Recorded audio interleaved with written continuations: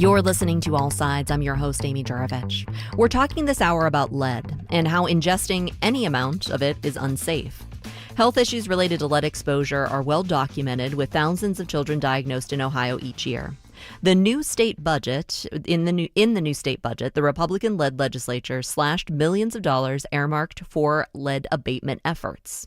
The Akron Children's Hospital Lead Clinic treats patients with elevated lead levels. Martha Blackford serves as a clinical pharmacologist and toxicologist at the Lead Clinic. Welcome to All Sides, Martha. Hi, thank you for having me. Can you give us a sense of the day-to-day work happening at your clinic? How many patients do you see in a given week with lead exposure? So with our clinic, a lot of what we're doing is we're helping to provide recommendations with providers and work with the families. Right now, we're probably in contact with at least over 150 patients that have had elevated blood levels, and then seeing some of the patients within our clinic. Do you get referrals from around the state, or are there clinics like yours throughout the state, or are you kind of one of a kind? There are not many clinics just like this across the state. Akron Children serves a wide region, and so we do have referrals from, across our organization over multiple counties. And then sometimes we do have referrals from across the state. It depends on where patients are located, what services are available there, and what their providers would need. What's the trend line been over the last few years? Have you seen an increase? Have things been steady? Tell me about, is it an increasing problem? Yeah, so I've been working with our lead clinic since 2000, or I've been the co-director since 2014, and we're continuing to see patients with these elevated blood levels, and over the past few years, even though this has been an ongoing problem, we are seeing more, having referrals for more and more kids who have these elevated blood levels. And then also looking at, once the lead level has reached over as 45 or higher, then those patients are needing medications to help remove the lead. And we have been treating more of those patients with a chelator.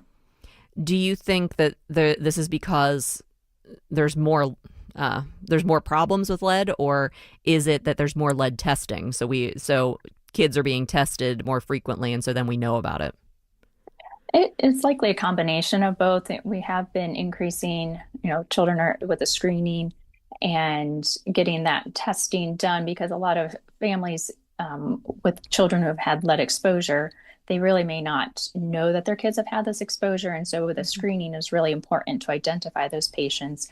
And so that is contributing. And then just with how long, lead issues have been in our state, in the country, that is definitely both are contributing to this. When you talk to the parents of the kids who test positive, are you finding out that it's mostly lead paint related issues, or is it sometimes the water pipes? It's usually with the housing itself, and a lot of the times it is with the lead paint, lead pipes, and that water source can be an issue too. But anybody who's living in a house that's was built before 1978 definitely has that risk for lead exposure.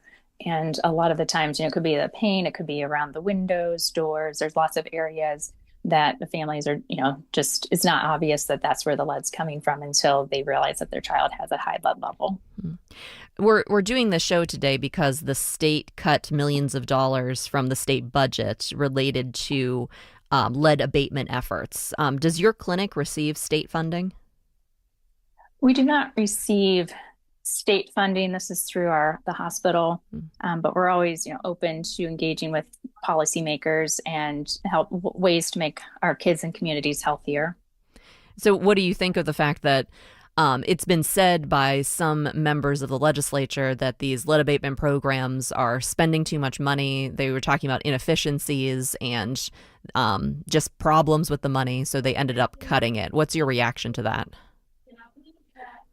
Just knowing that, lead has been an ongoing problem, and just seeing how our families are, impacted by the effects of lead, and knowing that, once they have the home inspections completed and then waiting for the abatement, that can still, it can take time. And so, we're trying to help support our families as best we can until that lead abatement occurs, and, anything that can be done to help support these families, and just with the removal of lead and the lead abatement, we'll be supportive of. So, we're just seeing the effects that the lead exposure and just the process that some of these families, they want to do the right thing for their children and minimize the exposure.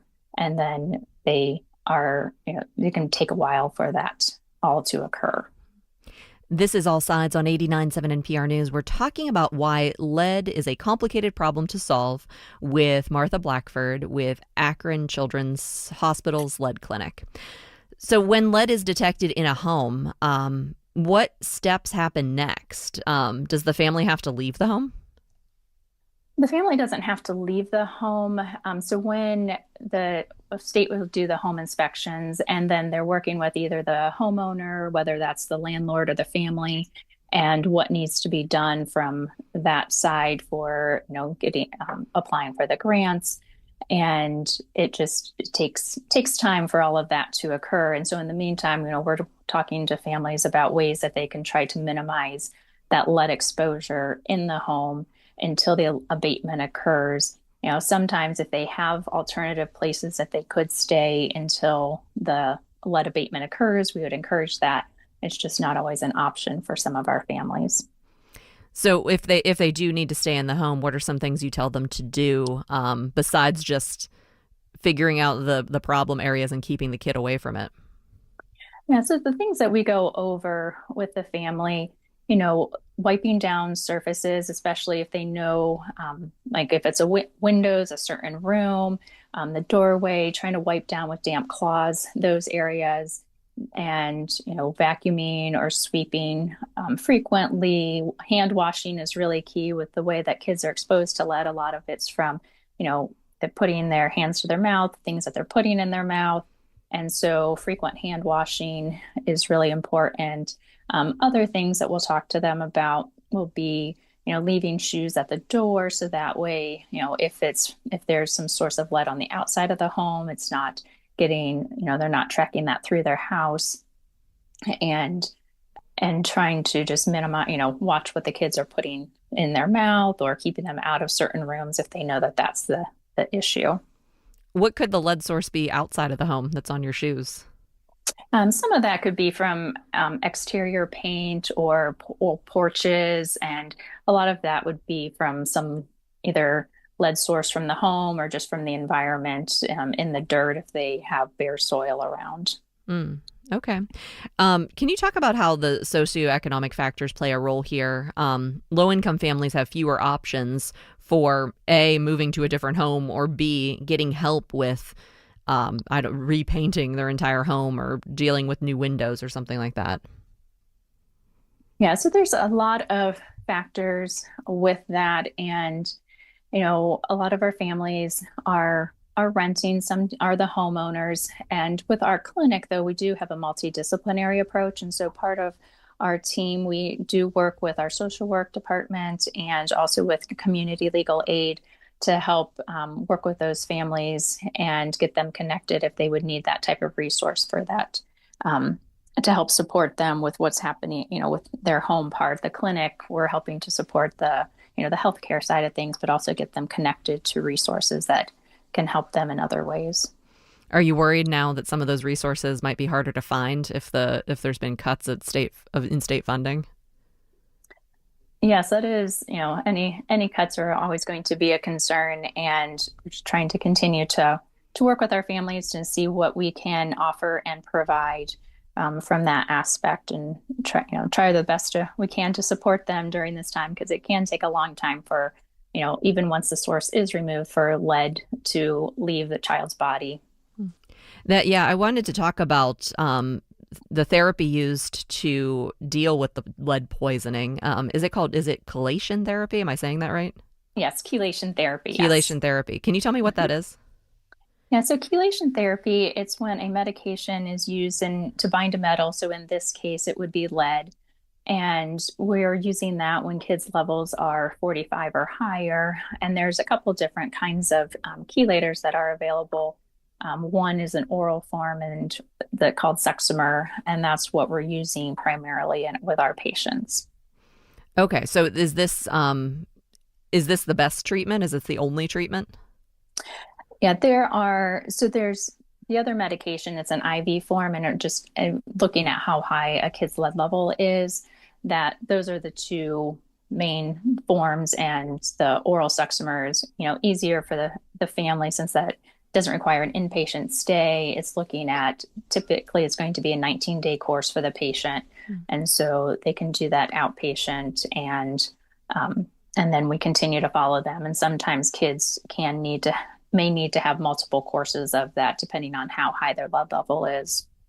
So if the level is lower, can sometimes just removing or like stopping the exposure, can the body work it out on its own? Or if you test positive for lead, do you need treatment no matter what? Yeah, so with the lead, your body, once you eliminate the source, your body does start eliminating lead. And the reason that we're treating at the higher levels is as lead levels increase, and that can have more significant symptoms develop with effects on the brain and change in mental status. And so that's where the medications are being used at those higher levels. When it's below 45, we're trying to eliminate the source and then help, just allow the body to clear it as it normally processes it. It just can take a long time because it does get stored in different parts of your body, such as it can build up in your bone. And so that's why lead, it can be a long-term problem for families even after the source is removed. For people listening and wondering about their lead exposure, wondering about their old home right now, where can they turn? What tests can they do? So if they have children who are under the age of 6, I would encourage them to talk to their pediatrician to see if they have had a lead level checked, or if not, if that is something that they can do. For testing, there are different test kits available if they are concerned about a particular area in their home. But I would also encourage them to either talk to their pediatrician or their health department. They may be able to have a lead inspection done if that they're paying for. But if their kids are testing positive with higher levels of lead, then they do have the state does the health and the home inspections for that. If your home does test positive for lead, if you do one of those tests just on something in your home, does that necessarily mean that your kid automatically is lead poisoned, or it's not? Is there a line there?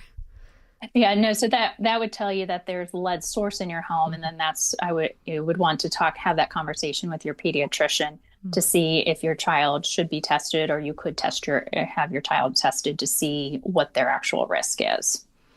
All right. I want to thank you for your time. We've been talking with Martha Blackford, who serves as a clinical pharmacologist and toxicologist at the Lead Clinic at Akron Children's Hospital.